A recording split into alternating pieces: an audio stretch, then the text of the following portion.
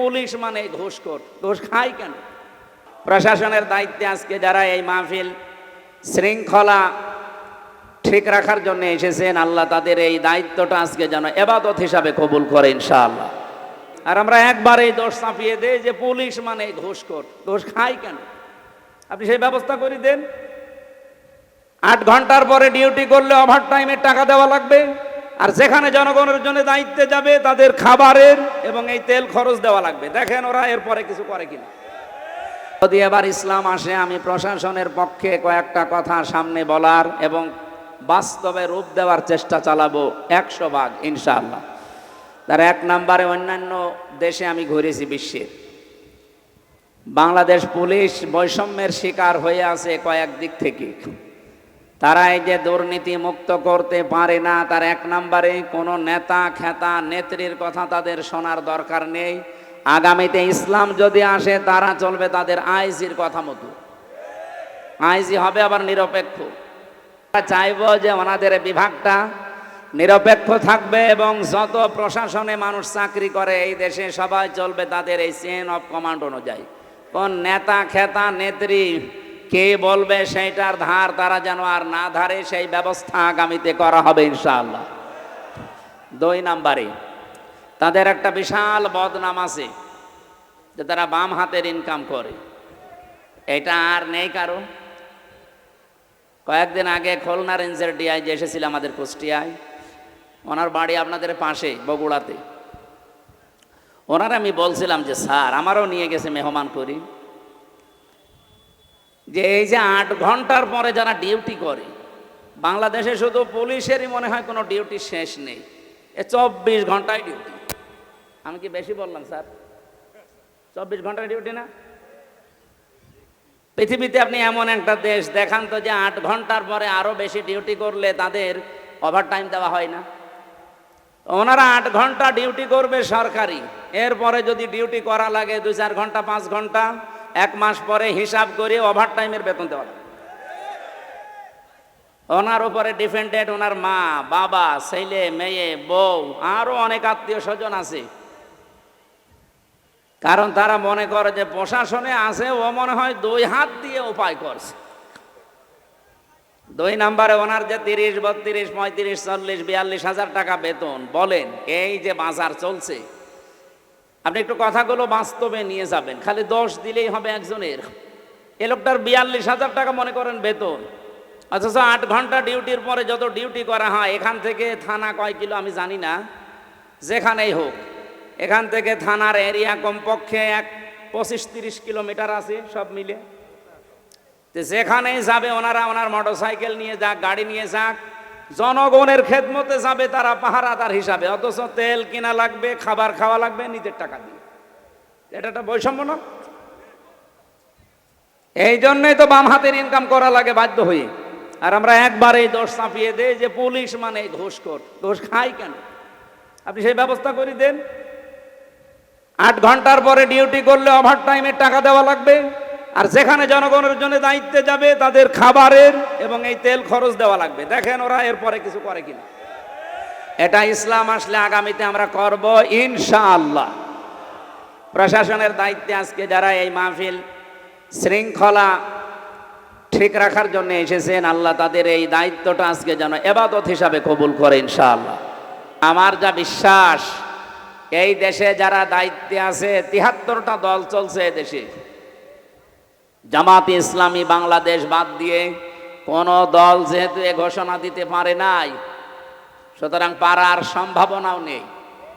আর অন্য কোন দল যদি এ ঘোষণা দেয় যে আমার দল থেকে এমপি মন্ত্রী হলে তার 1 টাকা 5 বছরে বাড়বে না, কোন দল থেকে দেশে এমপি দাঁড়াবে না, শেষে আমরা ওই বিনা ভোটে পাশ হয়ে যাব।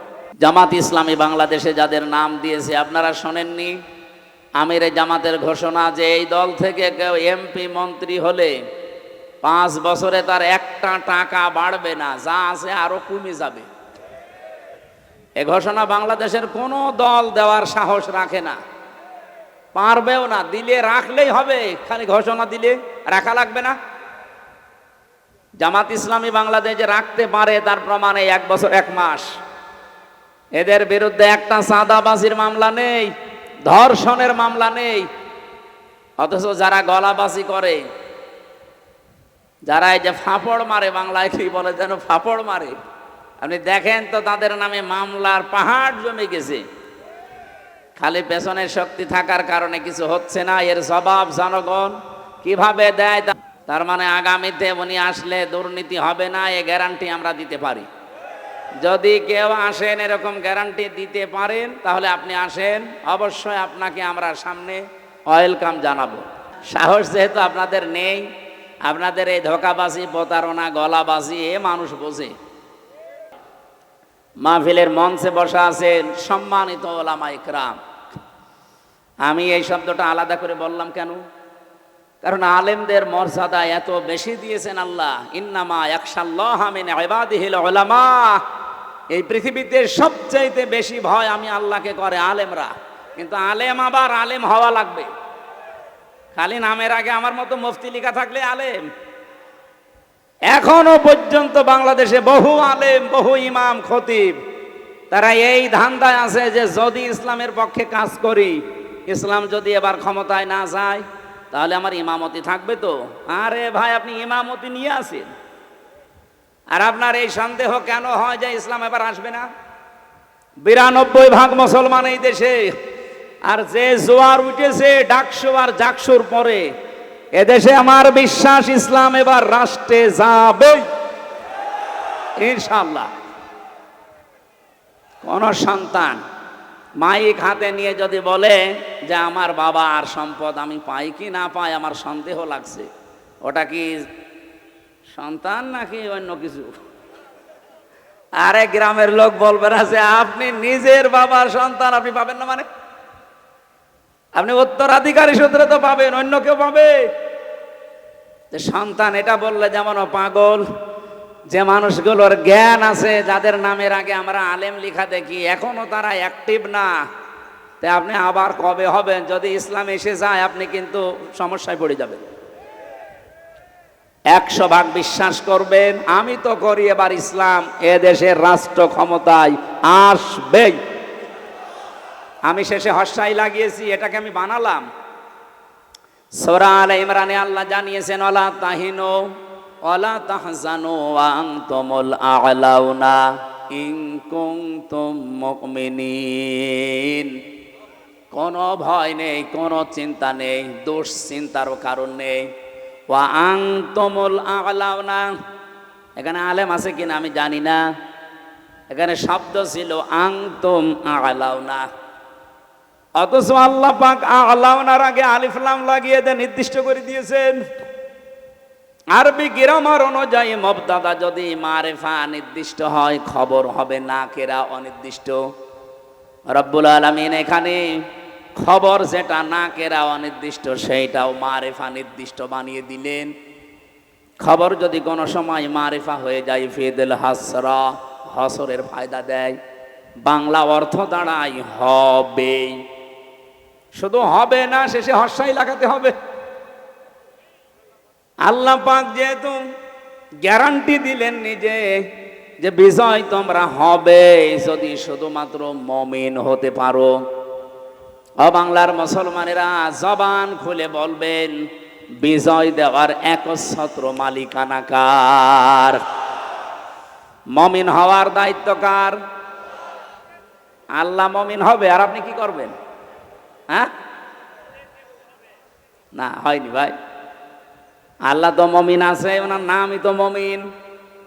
সুতরাং আপনাকে মুমিন হওয়ার শর্ত লাগিয়েছে আল্লাহ। যদি এবার আমরা সত্যিকারের মুমিন হতে পারি, মাস্ট বি আল্লাহ তার কথা রাখবে। নাকি আল্লাহ এরকম যে সকালে এক কথা আর বিকালে আর এক কথা বলে? রব্বুল আলামিন বলেন, আতাম্মাত কালিমাতু রাব্বিকা সিদকাও ওয়া আদলা লা মুবাদদিলা লিকালিমাতি ওয়া হুয়াস সামিউল আলিম। সূরা আনআমের 115 নম্বর আয়াতের ভেতরে পাবেন 8 নাম্বার পারার প্রথম নাম্বার পৃষ্ঠার 11 নাম্বার লাইনে আছে। যত তাফসীর আমি পড়েছি আয়াত নিয়ে, আমার কাছে এই তিনটা বিষয় ধরা পড়েছে। আল্লাহ পাক বলেন, হে নবী, আমি যে কালাম পাঠালাম এর প্রত্যেকটা কথা সত্য। 2 নম্বরে সিদক ওয়া আদলা, এটা ন্যায় ইনসাফ দিয়ে পরিপূর্ণ। 3 নম্বরে আমার কোরআনে আমি যা বললাম কিয়ামত পর্যন্ত কোনো পরিবর্ধন নেই, যা বলেছি ওটা হবে। এই জন্যে আমরা এত সাহস নিয়ে বলতে পারছি এবার ইসলাম জায়গা মতো যাবে ইনশাআল্লাহ। এই জন্য যারা এখনো দদুল্লামান অবস্থায় আছেন যে জমি বাবার পাই কি না পাই, এ ধান্দা কি ভালো? আপনি তাহলে মনে হয় অন্য কারো সন্তান। বাংলাদেশের বৈধ নাগরিক আমরা, 92% মানুষ আমরা এখানে মুসলমান। এবার আপনি 100% বিশ্বাস নিয়ে বাড়ি যেতে পারেন। যেভাবে জোয়ার উঠেছে, ঝড় উঠলে ঝরা পাতাগুলো আকাশে ওঠে। এবার ঝড় উঠেছে, অবশ্যই এই ঝড়ে কেউ কেউ যারা আমরা পড়ে আছি নিচে, আমাদেরকে আল্লাহ উপরে তোলার জন্যে এই ঝড় সৃষ্টি করে দিয়েছে। জাহাঙ্গীরনগর বিশ্ববিদ্যালয়ে মুসলিম শব্দ পর্যন্ত বাদ দেওয়া হয়েছিল। ইসলামী সাবজেক্ট যেই কয়টা ছিল, কেউ পরিচয় দিলে তাকে হত্যা করা কোনো ব্যাপারই না, এরকম জায়গা ওইটা। অথচ সেখানে আজ নারায়ে তাকবীর, আল্লাহু আকবার ধ্বনি উঠতেছে। এটা একটা আশ্চর্য না? এতগুলো কাজ আল্লাহ যখন করে দিচ্ছে সামনে রাখছো চক্ষু যাই আছে, আমার মনে হচ্ছে আল্লাহ সবগুলোতে বিজয় দেবে ইনশাআল্লাহ। দল মত জাতি বর্ণ ধর্ম নির্বিশেষে, যেহেতু গোবিন্দগঞ্জ নাম শুনলে বোঝা যাচ্ছে এখানে অন্য ধর্মের লোক আছে, এজন্য সবাইকে নিয়ে আমরা আল্লাহর দরবারে শুকরিয়া জানাচ্ছি, যেহেতু তাদেরও মালিক আল্লাহ। তাদের মালিককে গত পরশুদিন আমার কুষ্টিয়ায় অনুষ্ঠান ছিল। পরশুদিন না কালকে কি বার? শুক্রবার ছিল। হ্যাঁ, জমান নামাজ পড়ে আমি ওদের যে কেন্দ্রীয় মন্দির, ওই মন্দিরে গিয়েছিলাম।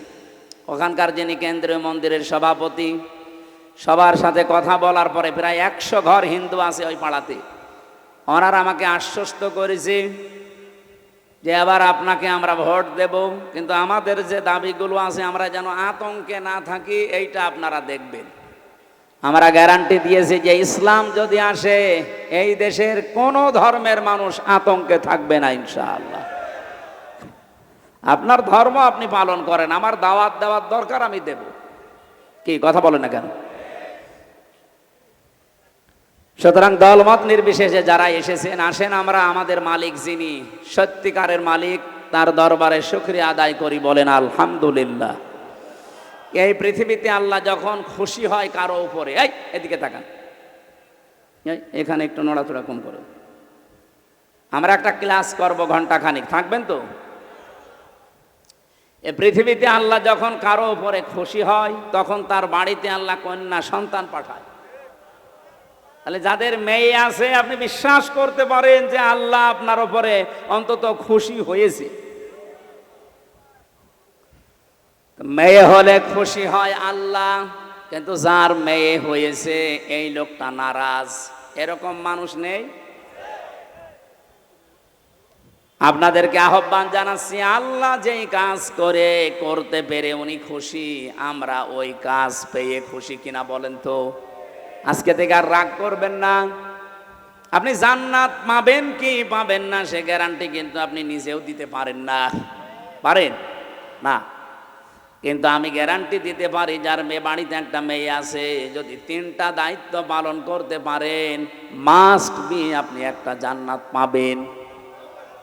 না, আমারও ভুল হয়েছে। একটা জান্নাতের কথা আমি কোরআন আর হাদিসে পাইনি। কোন মানুষ যদি পৃথিবীতে একটা মেয়ে লোকের জন্য 3টা কাজ করে, আল্লাহ তাকে জান্নাত দেবেন, এই কথা পেয়েছি। কিন্তু যত জায়গায় আপনি জান্নাতের বর্ণনা দেখতে পাবেন কোরআনে, আপনি দেখবেন অধিকাংশ জায়গায় আল্লাহ বহু বচন দিয়েছেন। আপনি একটু চেষ্টা করেন কোরআনের এই আয়াতটা বোঝার। জান্নাতিন তাজরি মিন তাহতিহাল আনহার ওয়া মাসাকিনা তাইয়্যিবাতান ফি জান্নাতি আদন। এই যে শব্দের ভেতরে 2টা জান্নাত বললাম, দুইটাই কিন্তু বহু বচন। আল্লাহ এক বচন দিতে পারতেন, একটা জান্নাত বহু বচন, মাসাকিন বহু বচন দিলেন কেন? আমরা যারা আরবি গ্রামার বুঝি, পৃথিবীর বহু ভাষায় আমরা দেখেছি এক বচন বহু বচন আছে, কিন্তু আরবের নিয়মটা আলাদা। এখানে এক বচন আছে, দ্বিবচন আছে, বহু বচন আছে। আমি আয়াতটা নিয়ে গবেষণা করলাম, যে চিন্তা করে দেখলাম যে আল্লাহ জান্নাতের কথা বলতে গেলে খালি বহু বচন লাগিয়েছেন কেন? যেহেতু আরবিতে এক বচনের পরে দ্বিবচন হয়, এরপরে দুইয়ের উপরে গেলে সেটা বহু বচন হয়।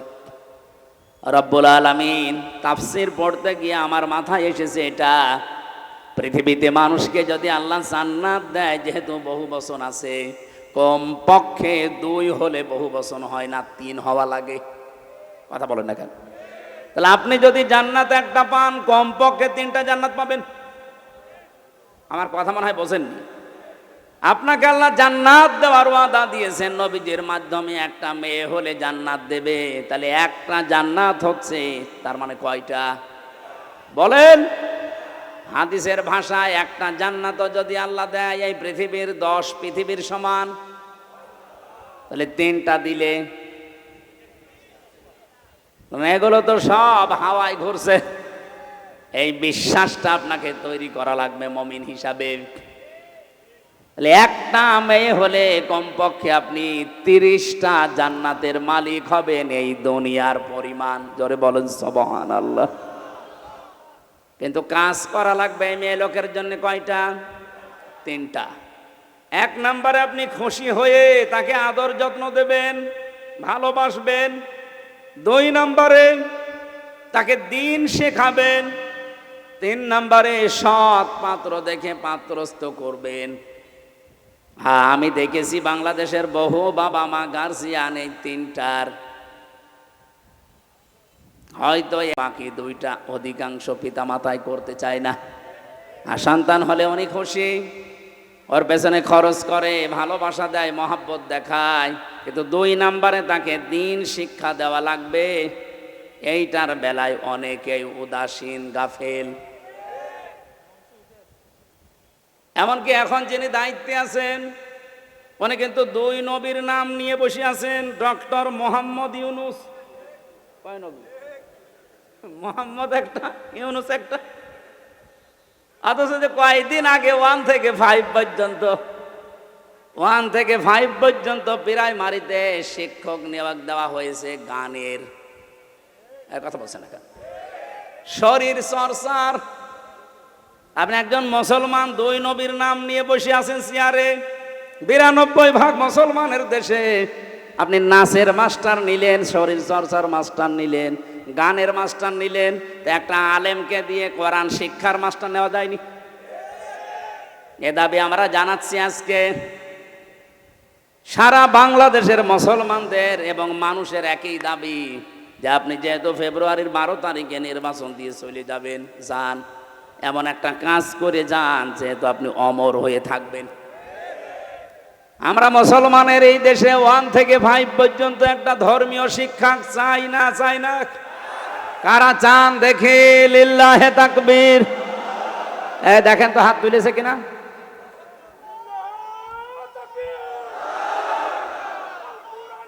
আলহামদুলিল্লাহ ভাই। আমাদের এই দাবি যদি ডক্টর মোহাম্মদ ইউনুস পর্যন্ত, আমি জানি যে যাবে, কারণ কত ফেরেশতা বসে আছে দেখেন। এই যে কিরামান কাতিবিন না, পৌঁছিয়ে দেবে জায়গা পর্যন্ত। ওনার কান পর্যন্ত যাওয়ার পরও যদি কিছু নাও করে, আমার আরশ পর্যন্ত চলে গেছে।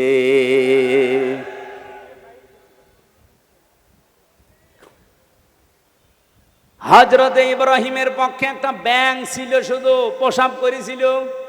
ফেরেশতা জিবরাইল এসে ডাক দিয়েছে, এতটুকু পোষাবে নমরুদের বিশাল অগ্নিকুণ্ড, কিছুই হবে না। ব্যাঙ ওই দিন বলেছে, ফেরেশতা আমি জানি আমারে পোষাবে, কিছু হবে না, কারণ এত প্রজ্বলিত আগুন, 1 কিলোমিটার উপর দিয়ে যদি পাখি উড়ে যায়, ঝলসে পড়ে যায়, কি দাও দাও করছে আগুন।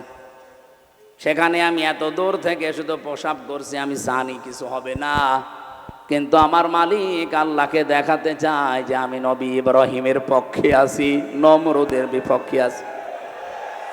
আল্লাহ তার এই কথাটা এত বেশি পছন্দ করেছিলেন, ওই দিন থেকে আইন পাশ হয়ে গেছে, কিয়ামত পর্যন্ত যত ব্যাঙ দুনিয়ায় আসবে ব্যাঙের পোষা পাক শুধু ইব্রাহিম নবীর পক্ষে থাকার কারণে ব্যাঙের পোশাক যদি পাক হয়ে যেতে পারে, আমরা যে আজকে কোরআনের পক্ষে শুধু হাত তুলে জানান দিয়েছি, কিয়ামতের দিন এটা যেন নাজাতের ওসিলা হয়ে যায়। গাইবান্ধাবাসী, তাহলে কন্যা সন্তান হলে প্রথম আপনার দায়িত্ব ভালোবাসা। আপনি খুশি হয়ে ভালোবাসবেন, তাকে মহাব্বত করবেন। 2 নম্বরে দিনের শিক্ষা দেওয়া, কিন্তু সে পরিবেশটা যদি নষ্ট করে দেওয়া হয় তো শিক্ষা দেব কোথায়? সবাই তো আর মাদ্রাসায় ছেলে মেয়েকে দেয় না, কথা বলছে না কেন? স্কুলেই দেন। মুসলমানের দেশে স্কুলের সিস্টেমগুলো এই করেন, 1 থেকে 5 পর্যন্ত পড়লেও যেন ইসলামের মৌলিক নিয়ম নীতিগুলো অলরেডি জেনে ফেলে, এরকম ব্যবস্থাটা করে দেন। আর সেইটা এখন কিন্তু সময়। আগে যারা ছিল, আমি নাম নিতেও ঘৃণা করি, এই জালেমা মহিলার, ওরা 1 থেকে 5 পর্যন্ত পড়ার পরে একটা ছেলে বৃত্তি পরীক্ষা দেয়। আমি নিজেও বৃত্তি দিয়েছি। এরপরে ওই 8এও বৃত্তি পরীক্ষা আছে। 100 মার্কের কোরআন আর হাদিস ছিল আগে, আমি নিজে পরীক্ষা দিয়েছিলাম। কিন্তু 15.5 বছরে জালেমা যাদের দায়িত্ব দিয়েছিল, এই শিক্ষামন্ত্রী নামে কলঙ্ক এই নাস্তিকগুলো 1 থেকে 5-এ পড়ার পর বৃত্তি পরীক্ষা দেবে, 100 মার্কের কোরআন হাদিসের শয়তানরা তুলে দিয়েছে। আমরা চাই ওইটা আবার পূর্ণবহাল করা হোক। হ্যাঁ, কথা বলেন না কেন? আরে মানুষ পরীক্ষার ছলে হলেও পড়ে, ওটা যদি সিলেবাসে না থাকে ও তো আস্তে আস্তে সবই ভুলে যাবে। গত বছর আমি জেল থেকে বের হওয়ার পরে একটা মাহফিলে এসেছিলাম, এই যে পাশের জেলা নীলফামারী। নীলফামারীর একটা থানা আছে কিশোরগঞ্জ, ওখানে একটা বৃদ্ধাশ্রম আছে, দেখতে গিয়েছিলাম। যে দেখি এদিকে 25 জন মা, এদিকে 25 জন বাবা মুরব্বী সব বসে আছে। যেই কয়জনের সাথে কথা বলেছি সবগুলো হাওমাও করে কাঁদছিল।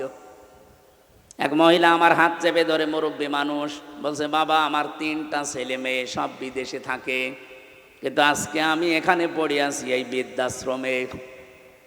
বললাম, আপনার কি মনে হয় এখানে পড়ে থাকার কারণে বলেন তো? উনি আমার 2টি কথা বলেছিলেন।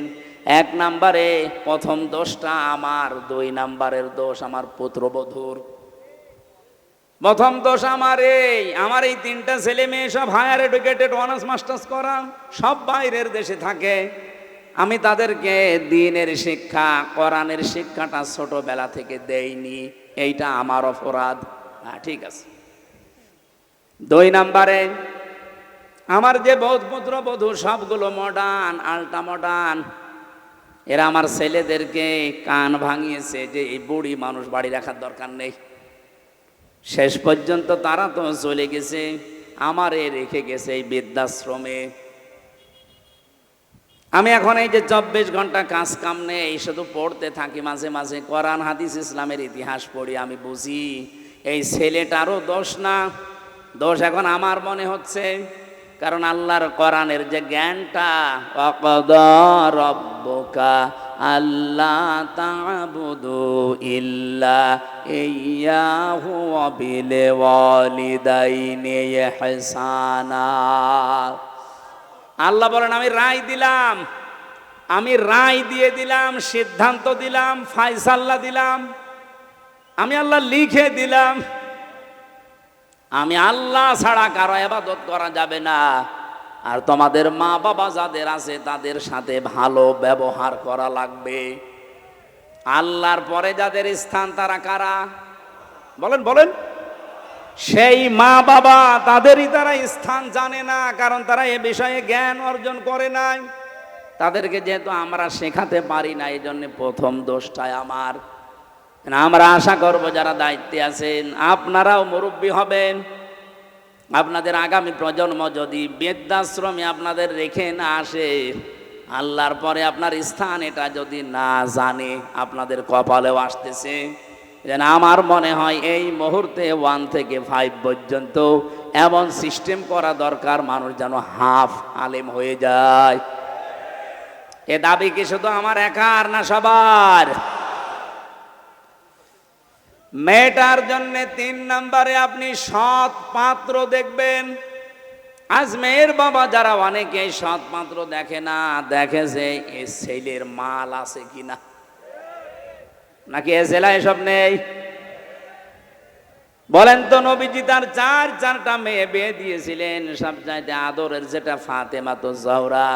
কত ধনী এই মানুষের সন্তান বিয়ের প্রস্তাব দিয়েছে, বিশ্বনবী বলেন না। উনি যদি চিন্তা করতেন যে ধনী মানুষের কাছে দিলে আমার মেয়ে সুখে থাকবে, মক্কার বহু ধনাঢ্য মানুষেরা তাদের প্রস্তাব দিয়েছিল, একটাতেও রাজি হয়নি। এমন একটা মানুষের সাথে নবীজি রাজি হয়েছেন যার নিজের বাড়ি বলেও ছিল না, নবীর বাড়িতে থাকতো। এজন্য সৎ পাত্র হওয়া লাগবে। আমি ঝিনাইদহে একটা বাড়িতে অনুষ্ঠানে ছিলাম, আমাকে চা দিল, কাপ দিয়েছে স্যার, কিন্তু পিরিচ দেয়নি। অথচ লোকটা টিয়নো, আপনি টের পাচ্ছেন? আমি তো হেসে ফেলেছি, জ্ঞানী মানুষ তো বুঝে ফেলেছে। আমার দিকে তাকিয়ে বলছে, হুজুর আপনি কেন হাসলেন? আমি কিন্তু জানি আপনি মনে করছেন আমি টিয়নো। আমি একটা থানা পুরা উপজেলার প্রধান, আমি আপনাকে চা খেতে দিয়েছি, শুধু কাপে পিরিচ দেয়নি নিচে, আপনি হাসলেন। বাস্তবতা এইটা, গত পরশুদিন এই পিরিচটা ভেঙে গেছে, কাপটা নিচের যেটা। আমি ইচ্ছা করলে কিনতে পারতাম, এরকম 1000টা পিরিচ কিনতে পারতাম। গতকালকেও আমার অফিসে একটা বিশাল বান্ডিল এসেছিল, শুধু সই করতে বাকি, সই করে দিলে ওই 8 লাখ টাকা আমি পেয়ে যেতাম। এইরকম পিরিচ 1000টা কিনতে পারতাম। সেই ছোটবেলায় আমি আমার মায়ের কাছে, মাওলানার কাছে, ওস্তাদের কাছে আমি শিখেছি যে ঘুষ খাওয়া এটা হারাম। ওই দিন থেকে এই পর্যায় পর্যন্ত আমি আজও কোনো ঘুষ খাইনি। এত কষ্টের জীবন যাপনে আছে, এই যে অন্যায় অবৈধটা আমার সামর্থ্য থাকার পরও আমি করি নাই। এই জন্য আল্লাহ অন্য দিক থেকে আমারে পুষিয়ে দিয়েছে। রব্বুল আলামিন আমার স্ত্রীকে বানিয়েছে আমার মন মতো আল্লাহওয়ালা, আমার সন্তানগুলো ঠিক আল্লাহ ওইভাবেই মন তৈরি করে দিয়েছে। যতটুকু দেওয়া হয় অতটুকুতেই তারা আত্মতুষ্টি, আত্মতৃপ্তিতে আছে। আপনি যদি হারাম ইনকাম করেন, আপনার স্ত্রী, আপনার সন্তানাদের মন আল্লাহ ঠিক ওই রকম করে দেবে। কি কথা বলছেন? এটাকে আমি বানালাম। সূরা তাহা 16 নম্বর পারা 19 নম্বর পৃষ্ঠা 13 নম্বর লাইনের 124 নম্বর আয়াতে এই তথ্যটা আছে। অমান আ'রাদা আন যিকরি ফাইন্না লাহু মাঈশাতান দঙ্কা ওয়া নাহশুরুহু ইয়াউমাল কিয়ামাতি আ'মা। রব্বুল আলামিন বলেন, আমার বিধান বাদ দিয়ে যারা ইনকাম করবে, বলেন তো ঘুষ খাওয়া এটা আল্লাহর বিধানে আছে? বলেন বলেন। আল্লাহর বিধানের বাইরে যারা উপায় করে ইনকাম করে, চর্ম চোখে দেখতে মনে হয় যে বিশাল সম্পদের মালিক হয়ে যাচ্ছে, আল্লাহ বলেন আমি দঙ্কা করে দেই। ওর জীবনের এই উন্নতিতে কোনো বরকত থাকে না। হ্যাঁ, হয়তো প্রতিদিন 2 লাখ টাকা করে আসবে ঠিক, কিন্তু 2.5 লাখ টাকা চলে যাবে এরকম রাস্তা বানিয়ে দেব। আসবে প্রতিদিন বৈধ অবৈধভাবে 2 লাখ করে, যাবে প্রতিদিন কত? লাভ হচ্ছে না লস হচ্ছে? এটা তো একটা গেল। সবচাইতে বড় বিষয়, আমি ওর অন্তর থেকে শান্তি তুলে নেব। এই দঙ্কা শব্দের ব্যাখ্যা হচ্ছে ওর জীবনের কোনো কিছুতে আমি শান্তি রাখবো না। ওর বউ চলবে ওর অবাধ্য হয়ে, সন্তান আদিগুলো নষ্ট হয়ে যাবে, কারণ এই প্রভাব পড়বে। হারাম ইনকাম করে যা খাওয়াচ্ছেন এই সন্তানগুলো হারাম হয়ে যাবে। এতটুকু আল্লাহ যদি শেষ করে দিতেন আয়াতই পড়তাম না। এর পরেরটা আরো ঝামেলা।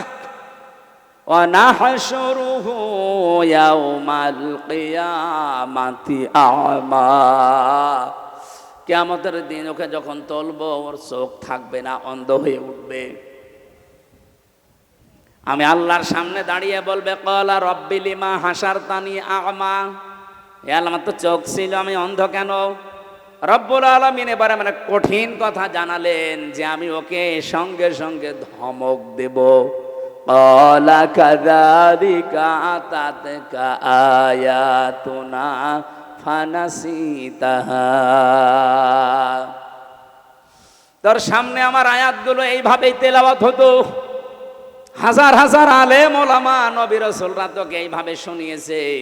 আমার আয়াতগুলো শোনার পরে এভাবে না শোনার ভান করেছিলি, জানার পরে যেভাবে না জানার ভান করতিস, যেভাবে ভুলে গিয়েছিলি জানার পরে আজকে তোরে আমি আল্লাহ ভুলে গেলাম। তুই যে আমার বান্দা ছিলি, তুই যে আমার বান্দি ছিলি, কোনো দিন আমার এই জবানে তোর নাম আমি আর উচ্চারণ করব না। বলেন নাউজুবিল্লাহ।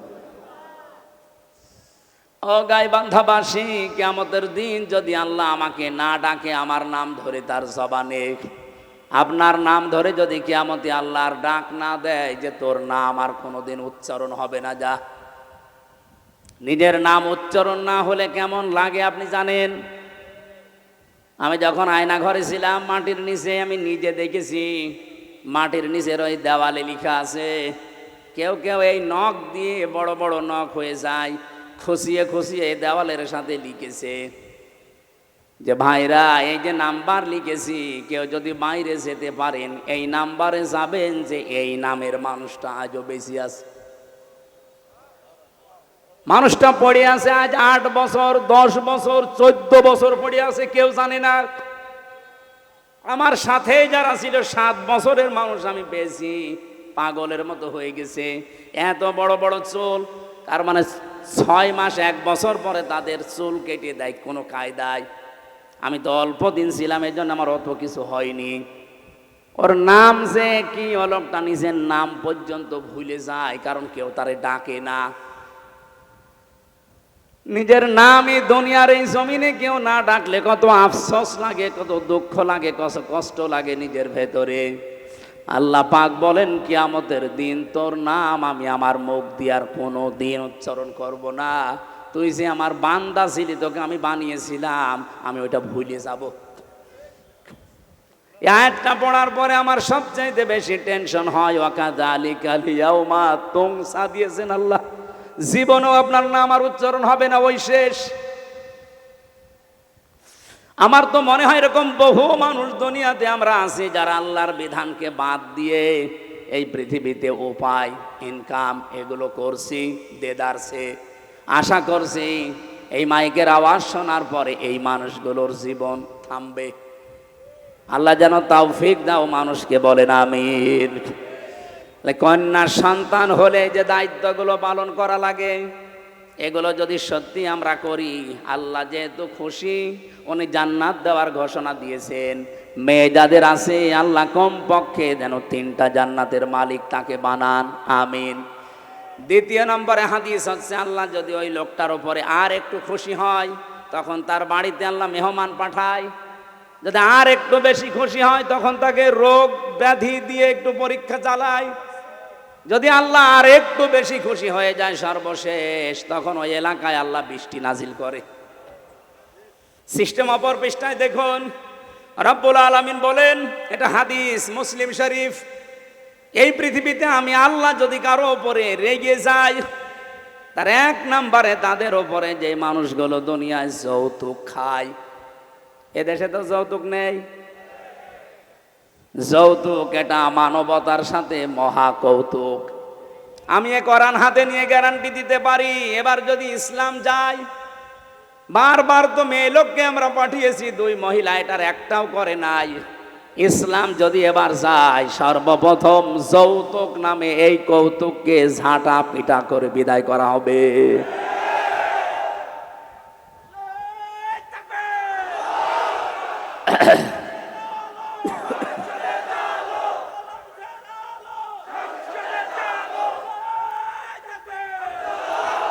রংপুর বিভাগের মানুষেরা, এটা শুধু যৌতুকের বিষয় না, বহু বাড়িতে আমরা এখনো পর্যন্ত দেখি 200, 300, 500 মানুষকে নিয়ে যাচ্ছে বরযাত্রী। না এই জেলায় এসব নেই? কোথায় পেয়েছেন ভণ্ডামি? বরযাত্রী ইসলামে নেই, বরযাত্রী ইসলামে নেই। এগুলো এসেছে হিন্দুদের সংস্কৃতি থেকে। হ্যাঁ, ইসলামে আছে অলিমা। কি অলিমা করা লাগে? ছেলের বাড়ি না মেয়ের বাড়ি? তা আপনি যদি কিছু করতেই চান, ছেলের বাড়িতে আপনি অনুষ্ঠান করবেন, 200-500 না 1000 মানুষ খাওয়ান, কোনো অসুবিধা নেই। আপনি মেয়ের বাবার বাড়িতে তার অনুমতি ছাড়া, তার সন্তুষ্টি ছাড়া একটা পানও খাওয়া আপনার জন্য জায়েজ নেই। আর আপনি 200 মানুষ নিয়ে খাওয়াচ্ছেন গরুর মতো। আজকে থেকে সিদ্ধান্ত নেওয়া লাগবে যে যেটা ইসলামে নেই, এই বরযাত্রীর দাওয়াত পেলেও আমি আর জীবনে যাব না। কারা কারা রাজি আছেন দেখি? অনেকে হাত তুলছে না। ঠিক আছে, আলহামদুলিল্লাহ। এখানে যারা বিয়ে করেছেন সত্যি করে বলবেন, বিয়ে যারা করেছেন, অলিমা করেছেন, কারা কারা হাত তোলেন তো? আন্দাজে হাত তুলছেন না? ওসি সাহেব হাত তুলতে পারিনি, তার মানে উনি অলিমা করিনি, বরযাত্রী নিয়ে গেছে। সিস্টেম হয়তো জানতো না। আগামীতে এই সিস্টেম বাংলাদেশে থাকবে না। এদেশে যদি মেয়ে বিয়ে করতে চান, আপনি বিয়ে করে নিয়ে এসে অলিমা করবেন ছেলের বাড়িতে। যৌতুকের টাকা না খেয়ে আমার মনে হয় পায়খানা করে খেয়ে ফেলা ভালো। হ্যাঁ, কারণ পায়খানা খেলে মাত্র একটা গুনাহ হবে, কবিরা গুনাহ। আর যৌতুকের টাকা যারা নেন, ডবল গুনাহ হবে, একটা কবিরা আর একটা জুলুমের গুনাহ। যতদিন পর্যন্ত এই টাকা আপনি শ্বশুর শাশুড়িকে ফেরত না দেবেন, ততদিন আল্লাহ আপনাকে মাফ করবে না। বেশি বললে আবার আমিও ঝামেলায় পড়ে যাব, কারণ আমি একটা সাইকেল নিয়েছিলাম, এটা ফেরত দেওয়া লাগবে। আমি যদিও দিয়েছি ওইটা, তারপরেও যদি শ্বশুর বলে না ওই সময় সাইকেল আর এখন সাইকেল দাম আকাশ পাতাল, টাকা আরো দেন, অসুবিধা নেই, আমি দিয়ে দেবো। তো যারাই নিয়েছেন দেওয়া লাগবে। এই যে বারবার বরযাত্রী নিষেধ করছি যেতে, অলিমা করার জন্য বলছি, আমার 3টা মেয়ে, আমার বাসা লাগবে না। এই কথা বলে না কেন? না, ইসলামে যেহেতু নেই এই কাজটা, এই সমাজে বন্ধ হওয়া দরকার। এই গাইবান্ধা থেকে এই সংস্কার আরম্ভ হওয়া দরকার ইনশাআল্লাহ। আপনারা আরম্ভ করেন তো সামাজিকভাবে, দেখবেন হয়ে যাবে। সংস্কার যখন চলছে সারা দেশে, এইটা নিয়ে সংস্কার হোক। এদেশে আর কোন যৌতুক থাকবে? ইসলাম আসলে তো থাকবেই না। আমরা নিজেরাও এখন চেষ্টা চালাবো। 2 নম্বরে আল্লাহ আরেকটু যখন রেগে যান যারা গেবত করে তাদের উপরে, অথচ গেবত এখন আমাদের কাছে ঘি ভাতের মতো হয়ে গেছে। 3 নম্বরে আল্লাহ আর একটু যখন রেগে যায় কারো উপরে, যে লোকটা মিথ্যা কথা বলে। এদেশে তার এটা নেই। আগস্টের 5 তারিখের আগের কথা বাদ দেন, আমার তো মনে হচ্ছে আগস্টের 5 তারিখের পরে যত মিথ্যা মামলা আর মিথ্যা সাক্ষী বেড়েছে, নাকি এ জেলায় বন্ধ আছে? সারা দেশের অবস্থায় এক, মিথ্যা মামলা আর মিথ্যা সাক্ষী, এটা 180 মাইল বেগে অনেকে চালাচ্ছে। আরে ভাই, আপনি অত্যাচারিত, আপনার চাইতে আমি কি মাজলুম কম? আমি তো মামলা দিলে, মিথ্যা সাক্ষী জোগাড় করলে 1000টা করা যায়। আমার বিনা কারণে মিথ্যা একটা মামলা দিয়ে মিথ্যা 4 জন সাক্ষী জোগাড় করে 3 বছর আমারে ফাঁসির কন্ডেম ছেলে রেখে দিয়েছিল। আমার বাবার কাছ থেকে ওরা প্রায় 32 লাখ টাকা খেয়েছে। আমার তো এখন তারা যদি মাফ চায়, আমার মনে হয় ওই টাকা ফেরত নেওয়া দরকার। আগস্টের 5 তারিখের পরে খুব বেশি হলেও 9 তারিখের দিকে আমারে কল দিয়েছিল যে ওসি আমার মামলা রায়, বলছে হুজুর মাফ করে দিয়েন। কে আপনি? বলছে আমি সেই মিজান। ও, মাফ তো করে দেব, অসুবিধা নেই, আমার টাকা ফেরত দেন। মাঝে মাঝে বহু টাকা আপনি আমার বাবার কাছ থেকে নিয়েছেন, আমার বাবা সব হিসাব করে রেখেছে, ওই টাকাগুলো ফেরত দেন, আপনারে মাফ করে দেব। কি করলেন এতগুলো টাকা নিয়ে? খেতেও তো পারেন না, যা করেছিলেন এখন পালিয়ে থাকেন। অবৈধ ইনকাম করলে যে কি হয় তার বাস্তব প্রমাণ এই ফ্যাসিস্টরা। কি কথা বলেন না কেন? কিছুদিন আগে আমি সিঙ্গাপুরে ছিলাম, মালয়েশিয়া, দুইটা রাষ্ট্র যেহেতু পাশাপাশি, যে হোটেলে উঠেছিলাম নিচতলায় নেমে দেখি দুইজন বসে বসে চা খাচ্ছে আর মুখ নিচু করে আছে। চেহারা দেখে আমি চিনে ফেলেছি, যে সালাম দিলাম, বসো হুজুর আমরা আগেই পালিয়েছি। আরে ভাই আপনি তো বলবেন ওয়ালাইকুম আসসালাম, না বলছো হুজুর আমরা আগেই পালিয়েছি। 3 তারিখে ভাব দেখলাম যে ভালো না, এই জন্য রাতে টিকিট কেটে চলে এসেছি। আমি ওই সময় ওনারে বলেছিলাম আপনি পালালেন কেন, আপনার না 620টা বাড়ি। কত? 620টা বাড়ি ওই লোকটার। ওরা সাহেব পাড়া বানিয়েছে মালয়েশিয়ায়, সিঙ্গাপুরে ফ্ল্যাট নিয়েছে, কানাডায় ওরা বানিয়েছে, লন্ডনে বানিয়েছে বেগম পাড়া, বিভিন্ন দেশে তো আছেই, বাংলাদেশেও বহু জায়গায় তাদের বাড়ি। আল জাজিরা রিপোর্ট দিয়েছে ওই লোকটার বাড়ির সংখ্যা 620টা। কিন্তু আল্লাহর কি ইশারায় একটা বাড়িতেও থাকতে পারে না, হোটেলে থাকে। আমি বললাম আপনি বাইরে বের হতে পারেন না, সব সময় এখানে পড়ে থাকেন। হুজুর বাইরে যাব, কোন আশায় যাব? 20 লাখ বাঙালি থাকে এই মালয়েশিয়া, আমারে যদি দেখতে পায় পিটিয়ে ভর্তা বানিয়ে ফেলবে। এই জন্য বাইরে যাই না, খালি এখানে আর নিচতলায় আসি মাঝে মাঝে চা খাওয়ার জন্যে। আপনি দোয়া করেন। আমি বললাম দোয়া আপনার জন্য আসবে? আপনি যা করেছেন আপনার জন্য দোয়া আসবে।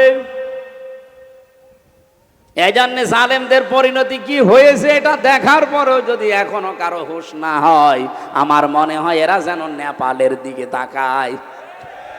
দেখেন না মন্ত্রীদেরকে নদীর ভেতরে চুবাচ্ছে, এখন আরম্ভ হয়েছে মোদির ওখানে। বাংলাদেশ থেকে মনে হচ্ছে সারা বিশ্ব শিখে ফেলেছে। অবৈধভাবে কেউ আর আগামীতে টিকে থাকার চেষ্টা করবেন না, জীবনেও পারবেন না। কারণ সে ভুল এদেশের মানুষের ভেঙে গেছে। এক কথা বলে না কেন? এই দেশ থেকে শিক্ষা নিয়েছে সিরিয়া, এই দেশ থেকে শিক্ষা নিয়েছে নেপাল, এই দেশ থেকে শিক্ষা নিয়েছে দাদারা। দেখেন কি হয় দাদার। আমার তো মনে হয় কোরআন হাদিস পড়ে যতটুকু পেয়েছি, মোদির করুণ পরিণতি হবে এই কারণে শয়তান আল্লাহর ঘর টুকরা টুকরা করেছে। আল্লাহর কত ঘর সে ভেঙেছে বলেন তো? আল্লাহর ঘরের ইট পাথর খোলে নাই, ওর কপালে লাগিয়েছে এটা। দেখেন কি টুকরা টুকরা হয়। আল্লাহ পাক বলেন ইন্নাহুম ইয়াকিদুনা কায়দা ওয়া আকিদু কায়দা ফামাহিলিল কাফিরিনা আমহিলুহুম রুয়াইদা। পৃথিবীর মানুষেরা বিভিন্ন ষড়যন্ত্র চক্রান্ত করে, তখন আমি ঢিল দেই। ঢিল দিতে দিতে এমন পর্যায়ে পৌঁছায়, ও জায়গায় যাবার পরে ওর আর ফিরে আসার কায়দা থাকে না। যেমন ফেরাউনকে, ওকে আল্লাহ সুযোগ দিয়েছিল, ওই সময়ও যদি নদীর পাশে থেকে ফিরে আসতো তাও বেঁচে থাকতো, অন্তত এ করিন পরিণতি হইতো না। ওর বৃদ্ধি এত বেড়েছিল, ফেরেশতা জিবরাইলকে আমার আল্লাহ একটা ঘোড়া দিয়ে পাঠিয়ে দিয়েছিলেন, মেয়ে ঘোড়া, মাদি ঘোড়া। ফেরাউন যেটা চড়েছিল ওটা টাট্টো ঘোড়া। ওর সামনে যখন এসে লাফ দিয়েছে, এই পুরুষ মানুষের মতো এই ঘোড়াও দিয়েছে লাফ। মাঝখানে যাবার পরে যেভাবে করেন পরিণতি আপনারা বিভিন্ন তাফসিরে শুনেছেন। রব্বুল আলামিন বলেন মানুষ অন্যায় করতে করতে যখন দেওয়াল পর্যন্ত চলে যায়, ওকে আর ফিরে আসার সম্ভাবনা থাকে না। এজন্য আমাদের যখন সময় আছে, এই মিথ্যা মামলা, মিথ্যা কেস থেকে, মিথ্যা সাক্ষী থেকে যদি আগামীতে এই বাংলাদেশে বাঁচতে চান, দলমত দেখা যাবে না, সবাই মিলে ইসলামকে সংসদে পাঠাতে হবে। সবাইকে আহ্বান জানাচ্ছি, আসেন ইসলামকে পাঠান। আপনিও নিরাপদে থাকতে পারবেন, আমিও নিরাপদে থাকতে পারবো। গোবিন্দচন্দ্র পরামানিক, রাজবাড়ি বাড়ি, উনি সারা বাংলাদেশের হিন্দু মহাজোটের মহাসচিব। সেদিন ঢাকাতে আমারে বলছিল, মাওলানা জামাত ইসলামী বাংলাদেশ যদি এবার রাষ্ট্রে আসে, আমার বিশ্বাস দেশের সব ধর্মের মানুষেরা নিরাপদে থাকতে পারবে। এটা হিন্দু মানুষ কথা বুঝে ফেললো, আর আপনার বুঝে আসে না। আপনি কোন ধান্দায় আছেন? ইসলাম না আসলে 54 বছর কি হয়েছে আপনি দেখেন না? কেউ কেউ চ্যাম্পিয়ন হয় দুর্নীতিতে, আর কেউ কেউ 15.5 বছরে কি করলো নিজের চোখের সামনে। আমার আজ 33 বছর বয়স, 92 সালে আমার জন্ম। সেই হিসাবে আমি 33 বছরের ভেতরে 18 বছর থেকে যদি আমি ভোট দিতে আরম্ভ করতাম, 3 বার ভোট দিতে পারতাম, একবারও পারি নাই। তাহলে আগামীতে আমার একটা আশা, একটা শখ যে একটু ভোট দেব, সেইটাও দেখছি অনেকে এখন বন্ধ করার রাস্তায় আছে। কি কথা বলেন না কেন? আপনি বলেন ডাকসোর মতো কয়েকটা ছাত্র মাত্র 11,000, এই রেজাল্ট দিতে আপনার 3 দিন লাগে কোন কারণে? আপনি যদি এত অ্যানালগ হয়ে থাকে, ডিজিটাল বাংলাদেশে আপনার মতো মানুষ বেশি হওয়ার দরকার নেই। আপনিও পথ ছেড়ে দিয়ে ভিক্ষা করে খান। 11,000-এর যদি এই অবস্থা হয়, 18 কোটি মানুষ যখন ভোট দেবে, বলেন কত বছর লাগবে গণনা করতে? 5 বছর পার হয়ে যাবে না? এজন্য এই পদ্ধতি যদি অব্যাহত রাখেন আপনারা, আগামীতে কোনো নির্বাচনই আর বাংলাদেশের মানুষ মেনেও নেবে না, দেবেও না। কারণ এই নির্বাচন হচ্ছে, এতে সে আগের মতো আবার সেই সালে হয়েছিল না, এরপরে 14 সাল, এরপরে 18 সাল, এরপরে 24 সাল, যা হয়েছিল আবার যদি ওই রকম হয়, আমরা আশা করছি যারা দায়িত্বে আছে তাদের কোমর যেন সোজা থাকে। কাকে ভয় পান আপনি? এতগুলো মানুষের রক্তের ওপরে বসে আছেন, আপনার বিবেকে কিছু বলে না? 2732 জন মানুষের জীবনের ওপর আপনারা বসে আছেন। কঠিন সিদ্ধান্ত নিয়ে অটল থাকা দরকার আমার মনে হয় যারা দায়িত্বে আছে। বাংলাদেশে 1628 জন মানুষ এখন আছে, ওসি সাহেব সহ। এই মানুষগুলোকে হযরত ওমরের মতো যেদিন আমরা দেখতে পাবো, এই বাংলাদেশটা মিনি জান্নাত হয়ে যাবে ইনশাআল্লাহ। আল্লাহ পাক একেবারে সর্বশেষ যখন সব চাইতে বেশি রাগান্বিত হয়ে যায় কারো উপরে, যখন দেখে লোকটা সুদ খায়। এদেশে তো সুদ নেই। হ্যাঁ, এদেশে হয়তো ব্যাংকিং ব্যবস্থায় যে সুদগুলো অনেকে করেন না, কিন্তু ওই যে টাকা ছেড়ে রাখেন, টাকা আসে, 1000 টাকা দিয়ে রাখলে 100 টাকা করে মাসে মাসে বেশি দেয়। এই সিস্টেমে আছেন কারা দেখি তো, বলেন লিল্লাহি তাকবীর। ও, এই এলাকায় নেই, আলহামদুলিল্লাহ। যদি কেউ করে থাকেন, আশা করছি আপনি এই অন্যায়টা ছেড়ে দেন, নয়তো আপনি নামাজও পড়েন, মায়ের সাথে জিনাও করেন। একটা নিকৃষ্ট শব্দ এটা। সন্তান যত খারাপ হোক, বলেন তো মায়ের সাথে জিনা করা এটা সম্ভব? হ্যাঁ বলেন।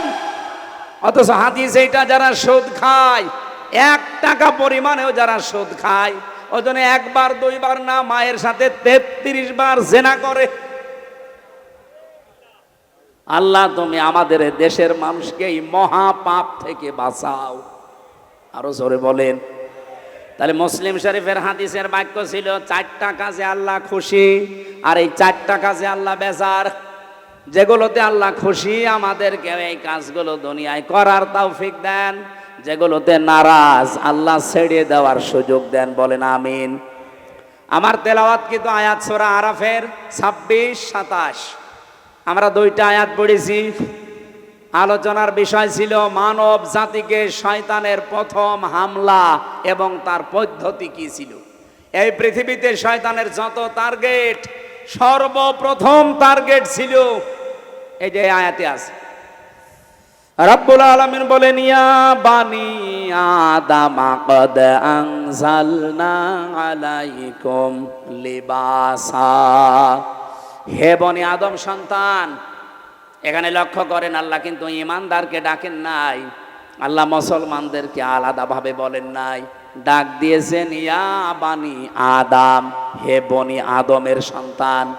বলেন তো অন্যান্য ধর্ম যারা মেনে চলে, ওলা বনি আদম সন্তান কিনা? বলেন বলেন। তার মানে অন্য ধর্মের লোক যদি আশপাশে থাকেন, সে আপনি হিন্দু হন, খ্রিস্টান হন, বৌদ্ধ হন, যারা আছেন সবাইকে আল্লাহ ডাক দিয়েছেন, কারণ সবার মালিককে বলেন বলেন। ওরা হয়তো বাপ দাদার কথা মানতে গিয়ে সরাসরি বলতে পারে না আল্লাহ, কিন্তু মনের ভেতরে এটা ওদের আছে। বিপদে পড়ে দেখবেন তখন কিন্তু আল্লাহ ছাড়া আর কোনো ভগবানের নাম মনে আসে না। কথা বলেন।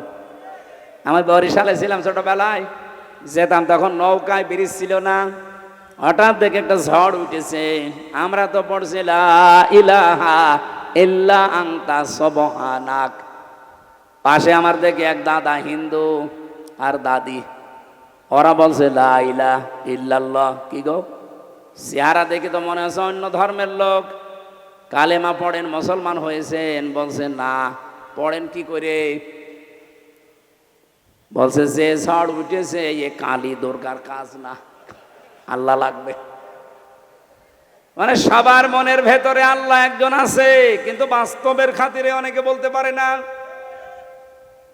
আল্লাহ যেহেতু সবার মালিক, সবার রব, এই জন্য উনি ডাক দিয়েছেন ইয়া বানি আদম, হে বনি আদমের সন্তানেরা, কদ আনজালনা, অবশ্যই আমি নাজিল করেছি, আলাইকুম, তোমাদের ওপরে, লেবাসা, পোশাক। কি করে এই পোশাক তোমাদের? ইওয়ারি সাওয়াতিকুম রিসা, তোমাদের লজ্জা নিবারণ করে। 2 নম্বরে তোমাদের সৌন্দর্য বৃদ্ধি করে। এই একটু খেয়াল করেন এদিকে, এই জরুরি না হলে উঠেন না তো ভাই। এলাকায় কি বিড়ির ফ্যাক্টরি আছে স্যার? অনেকের বিড়ির নেশা লাগে, তো ওই যশোর এলাকায় গেলে বিড়ি আছে, একটু পরে দেখি উঠে যে বিড়ি খেয়ে আবার আসে। এরা আবার বিড়ি খেতে যাচ্ছে নাকি? গাইবান্ধা বাসে একটু খেয়াল করেন, এখানে শব্দের ভেতরে আমরা 2টা বিষয় পেলাম। পোশাক আল্লাহ আমাদের কাছে দিয়েছেন, 1 নাম্বার আমাদের লজ্জা যেন নিবারণ হয়। জান্নাতের ভেতর থেকে হযরতে আদম এবং হাওয়া, আমাদের জাতি, আদি পিতা মাতা, এদেরকে বের করে দেবে, এই টার্গেট শয়তানের ছিল না। শয়তানের টার্গেটই ছিল এদেরকে আমি উলঙ্গ অবস্থায় দেখব। এই জন্য শয়তান সবসময় যৌনতা ছড়াতে ভালোবাসে। শয়তান যৌনবাদী, আর আমরা, ওটা তো বলা যাচ্ছে না মৌলবাদী, ওটা তো এখন গালি করে ফেলেছে মানুষ। শয়তান সব সময় যৌনতা ছড়াতে ভালোবাসে। যারা আজ নিজেদের গোপন অঙ্গগুলো 8-60 পোশাক পরে, ছোটখাটো পোশাক পরে, শরীরের আপত্তিকর জায়গাগুলো মানুষকে দেখিয়ে মজা পান, আপনি নিজে বিশ্বাস করতে পারেন আপনি মানবের আর সন্তান নেই, আপনি শয়তানের সন্তান। পৃথিবীতে আল্লাহর যত সৃষ্টি আল্লাহ বানিয়েছেন, 18,000 আমরা বলি, তার চাইতেও বেশি আছে। শুধুমাত্র একটা সৃষ্টি দেখবেন তাদের লজ্জায় স্থান মানুষকে দেখায়, কুকুর। কি এত বড় লেজ, উল্টো করে রাখে, মানুষকে দেখায় যে যা দেখবি দেখ। আমার তো মনে হয় এই দেশে যারা নিজেদের উলঙ্গ, অর্ধ উলঙ্গ পোশাক আশাক পরে বিভিন্ন গোপন অঙ্গগুলো মানুষকে দেখি আরো আনন্দ পায়, এরা আর কুকুর সমান। আমি এত নিচে নামতাম না। আপনার একটু লজ্জা লাগে না এমন খারাপ পোশাক পরে রাস্তায় আসেন? মানুষ আপনাকে দেখে কত রকমের আজে বাজে, কত রকমের নিম্ন কথা বলে আপনি জানেন? আপনি যখন রাস্তা দিয়ে আপনার বউকে উলঙ্গ, অর্ধ উলঙ্গ করে মোটরসাইকেলে নিয়ে যান, কত যুবক রাস্তায় দাঁড়িয়ে বলে মাল গেল। আর আপনার বউকে দেখে যদি কেউ বলে যে মাল গেল, ওই মালের পেটে আর ভালো মাল আল্লাহ দেবে না। কারণ মেয়েদের এই কয়েক ইঞ্চি পেট, এটা খুব দামি জায়গা। এখানে যার নজর যত খারাপ পড়বে, ওখান থেকে খারাপ জিনিস ডেলিভারি আসবে। বলে যে হুজুর দোয়া করেন ছেলে যেন আব্দুল কাদের জেলানির মতো হয়। ছেলে আব্দুল কাদের জেলানি এমনি হবে? আপনি আব্দুল কাদের জেলানির জীবনী পড়েন, তার মা কোন ধাঁচের ছিলেন। হযরতে আব্দুল কাদের জেলানি রহমতুল্লাহ আলাইহি যে মায়ের পেটে এসেছিলেন, ওই মা বাসর রাতে, স্বামী বাসর রাতে ঢোকার পরে দৌড় দিয়েছে আবু মুসা জঙ্গি রহমতুল্লাহ আলাইহি। আমি তার জীবনী পড়তে গিয়ে এটা পেয়েছি।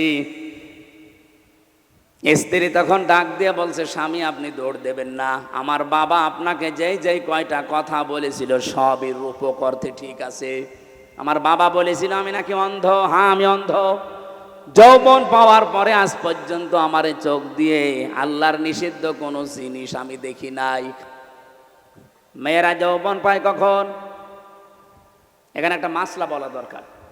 মেয়েরা এসেছে, সম্মানিত মা বোনেরা, যখন পয়েন্ট এসেছে আপনাদের মাসলাটা জানা দরকার।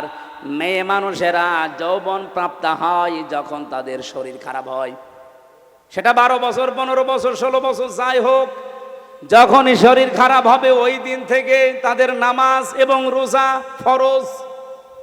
এরপর থেকে বাবার আন্ডারে মায়ের আন্ডারে যতদিন থাকবে, যদি এক ওয়াক্ত নামাজও কাজা করে, যদি না পড়ে যা গোনা হবে এই বাবা মার।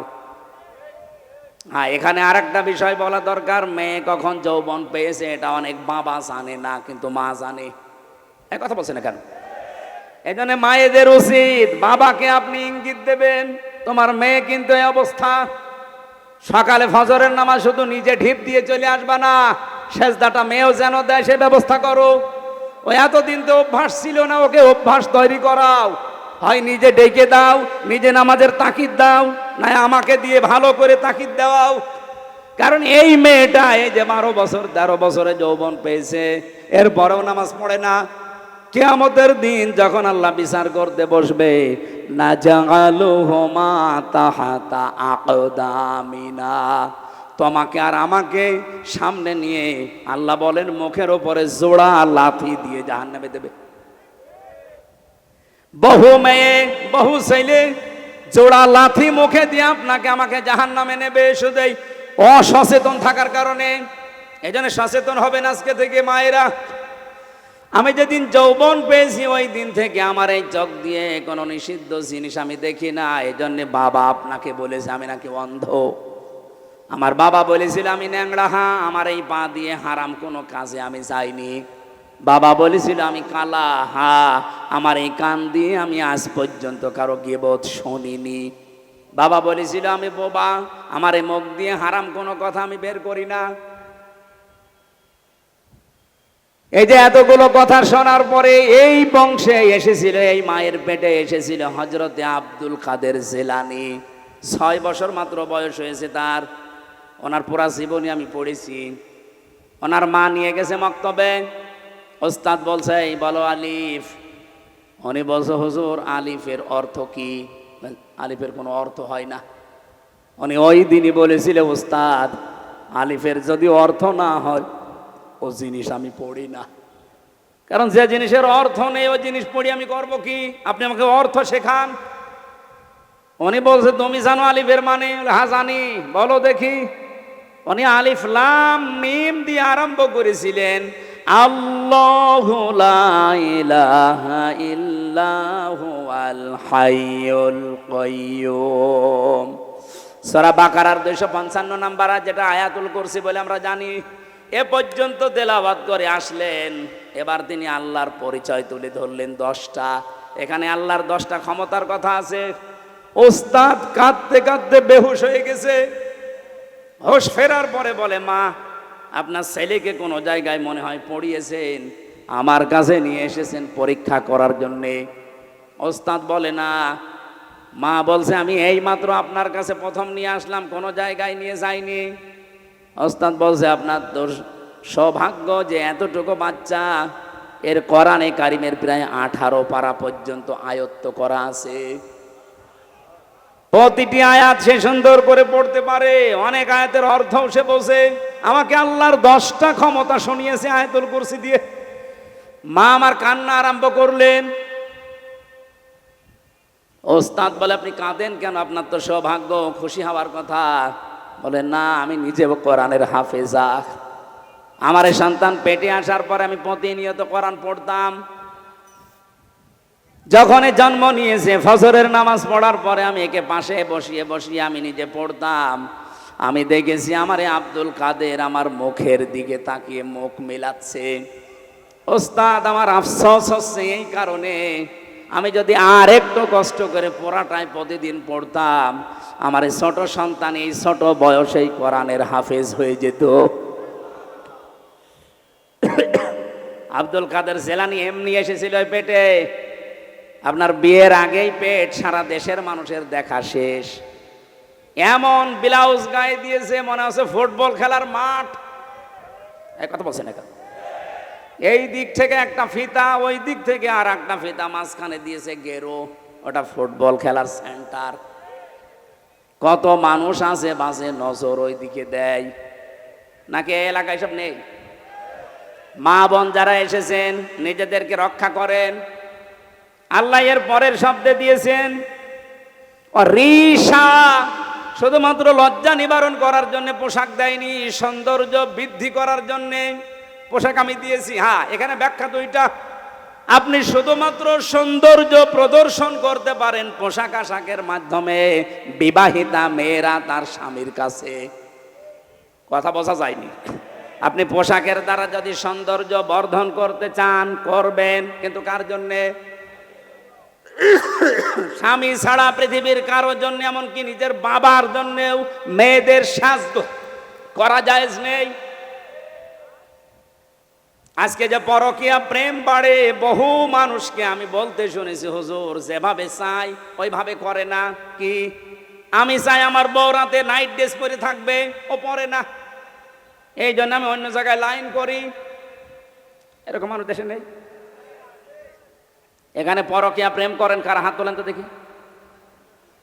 ও আলহামদুলিল্লাহ, এই জেলা তো একেবারে মানে মডেল জেলা, কোনো কিছুই নেই, যৌতুক নেই, পরকীয়া প্রেম নেই, ওসি তো খুব আরামে আছে।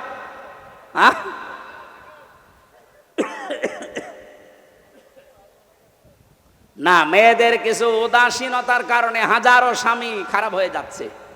এরা যে কল দিয়ে বলে, একেবারে মিথ্যা হলে তো বলতো না। সম্মানিতা মা বোনেরা, এই রিসার ব্যাখ্যা যেটা, আপনি কিন্তু ধরা পড়ে যাবেন। আশা করছি আপনি একটু অ্যাক্টিভ হবেন এই ব্যাপারে। লিবাসুত তাকওয়া যালিকা খায়র, আল্লাহ বলেন সর্বোত্তম পোশাক হচ্ছে তাকওয়ার পোশাক। প্রশ্ন আসতে পারে, তাকওয়ার আবার পোশাক হয়? হ্যাঁ হয়। তাকওয়ার পোশাক কি? এখানে যদি প্রশ্ন করা হয় 100 জনের 98 জন বলতে পারবেন না। লিবাসুত তাকওয়া যালিকা খায়র, আল্লাহ বলেন তাকওয়ার পোশাক সর্বোত্তম। কি এটা জানো? তাকওয়ার পোশাক হচ্ছে আল্লাহর নির্দেশ এবং আদেশ, নিষেধ এবং আদেশগুলো নিজের জীবনে সেট করা, এটা একটা পোশাক। এই পোশাকটা আমাদের দেশে নেই, এমনকি পরিবেশও নেই। একজন মানুষ যেই পোশাক পরবে, সে পোশাক পরে টিকে থাকার মতো জায়গাও এই দেশে নেই। ওসি সাহেব চেষ্টা করছে বাঁচার, উনি বাঁচতে পারছে না। ওনার উপরে এমন আল্লাহর ওলি বসে আছে যে ওনাকে খারাপ হতে বাধ্য করে। আমি কি বেশি বলে ফেললাম? এরকম জায়গা দেশে নেই। এই জন্য আমাদের একেবারে শুরু থেকে শেষ পর্যন্ত এমনভাবে তৈরি করা দরকার, আগামীতে ইসলাম দিয়ে আমরা সাজাবো, দুর্নীতির দল বাংলাদেশে থাকবে না ইনশাআল্লাহ। বাইরের দেশগুলো ঘোরাঘুরি করে আমার এতটুকু অভিজ্ঞতা হয়েছে, তারা দাঁড়িয়ে গেছে শুধুমাত্র দুর্নীতি আর খাদ্যে ভেজাল তারা দেয় না, এই কারণে। আপনি দেখেন মালয়েশিয়া 2004 সাল থেকে তারা দাঁড়িয়ে গেছে। এই 21 বছরে তারা বিশ্বের মানচিত্রে আজ একটা নাম করা দেশ। আর আমরা 54 বছরেও দাঁড়াতে পারিনি, কারণ দুইটা, এদেশে দুর্নীতি বন্ধ হয় না আর খাদ্যে ভেজাল দেওয়া শেষ হয় না। এই দুইটা কন্ট্রোল করতে পারলে আমাদের দেশও দাঁড়িয়ে যাবে ইনশাআল্লাহ। আর এটা করা একমাত্র সম্ভব ইসলামের জন্য, ইসলাম ছাড়া সম্ভব না। যালিকা মিন আয়াতিল্লাহ, আল্লাহ বলেন এগুলো আমার নিদর্শন। লাআল্লাহুম ইয়াযাক্কারুন, আশা করছে আমার এই ওয়াজ তোমরা মেনে নিবা। এখন একটা একটা করে যত আয়াত আছে এই রুকুর ভেতরে, এক একটা শব্দে লক্ষ লক্ষ কথা আছে। আপনারা ভেজা কাদা বিভিন্ন জায়গায় দাঁড়িয়ে বসে আছেন, এ কষ্টের দিকে তাকানো লাগছে। আর আমি, আপনারা জানেন, বাংলাদেশ জামাত ইসলামী থেকে আমার নমিনি বানিয়েছি। সেই সকাল থেকে শুরু করে সন্ধ্যা পর্যন্ত 8টা 10টা করে অনুষ্ঠান। এরপরে মাগরিবের পরে বের হয়ে এসে 9:30 10টায় আপনাদের অনুষ্ঠান ধরি। আমরা আজকে আর টানতে পারছি না, 11:30 বাজে। মেয়েদের জন্য এই বইটা নিয়ে যাবেন, পারিবারিক জীবনের সমস্যা এবং সমাধান। আমি জেলে বসে লিখেছিলাম, এসে বাইরে এসে এটা প্রিন্ট দিয়েছি। একটা মেয়েদের, একটা পুরুষের, দুইজনকে পড়াবেন। আর একটা শুধুমাত্র মেয়েদের জন্য, এটা 6 জন মহিলার আদর্শ আমি লিখেছি, এই ওসি সাহেবকে আপনি হাদিয়া দেবেন। আল্লাহ আমাদেরকে যতটুকুই বলেছি এতটুকুই মেনে চলার তৌফিক দিন, আল্লাহুম্মা আমিন। লা ইলাহা ইল্লা আনতা সুবহানাক ইন্নী কুনতু মিনাজ জালিমিন। রব্বুল আলামিন, যেভাবে আরম্ভ করেছিলাম সারা রাত বললেও তোমারে বান্দা বান্দিরা চলে যেত না। দিনের বেলায় বৃষ্টি হওয়ার কারণে জায়গাটা ভিজে গেছে, কাদা মাটি, এখানে অনেক কষ্ট করে সেই আসর থেকে বসে আছে কোরআনের জন্য। যারা এত পাগল, এই মানুষগুলোর দিকে তাকিয়ে হলেও দেশে কোরআনের আইন জারি করে দাও।